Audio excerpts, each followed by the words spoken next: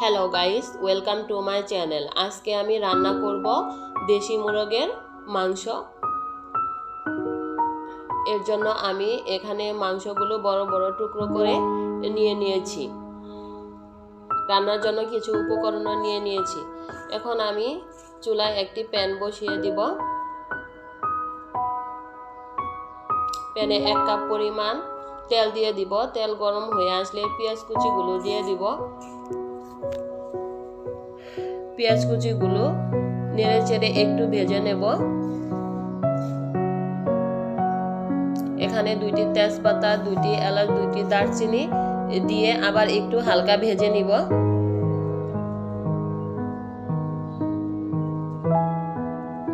ভাজা প্রায় শেষ। এখানে আমি 1 টেবিল চামচ আদা বাটা, রসুন বাটা এবং জিরে বাটা দিয়ে এটাকে আবার একটু ভেজে নিব।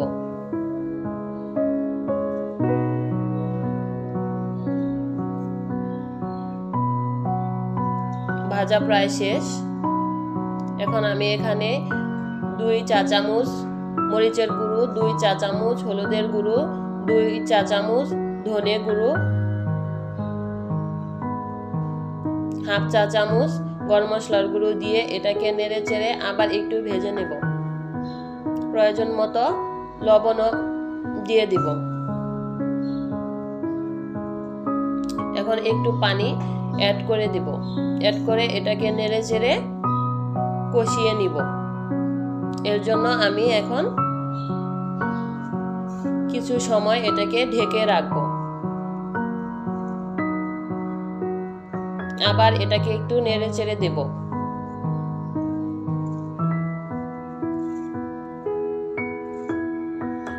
দেখেন এখন মশলাটুকু কষানো হয়ে গেছে। এখন আমি কেটে রাখা মাংসের টুকরাগুলো এখানে দিয়ে দিব।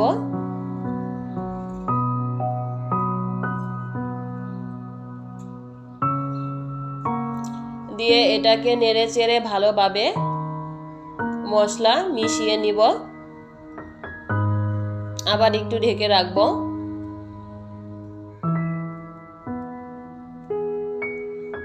দেখেন এখন মশলাগুলো একদম মাংসের গায়ে লেগে গেছে। এখন আবার একটু নেড়ে চেড়ে দিব।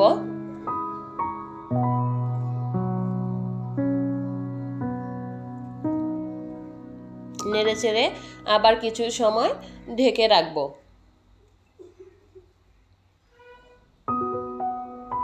এখন আমি কেটে রাখা পেঁয়াজ কুচিগুলো আর কাঁচা মরিচ ফালিগুলো দিয়ে এটাকে আবার নেড়ে চেড়ে নিব।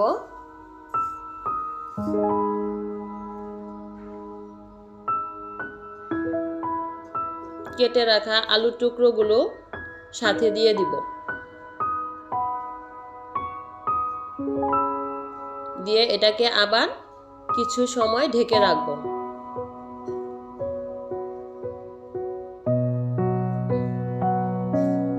এখন প্রায় মাংস কষানো হয়ে গেছে।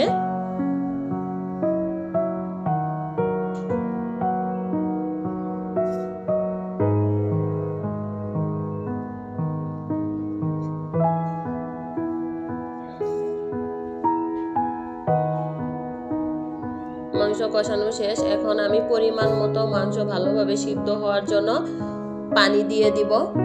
পানি দিয়ে এটাকে নেড়ে চেড়ে ঢেকে দিব।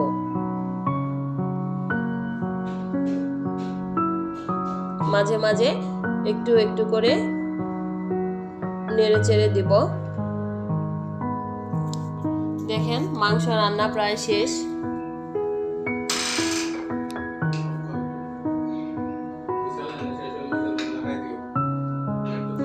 মাংস রান্না শেষ হয়ে আসছে।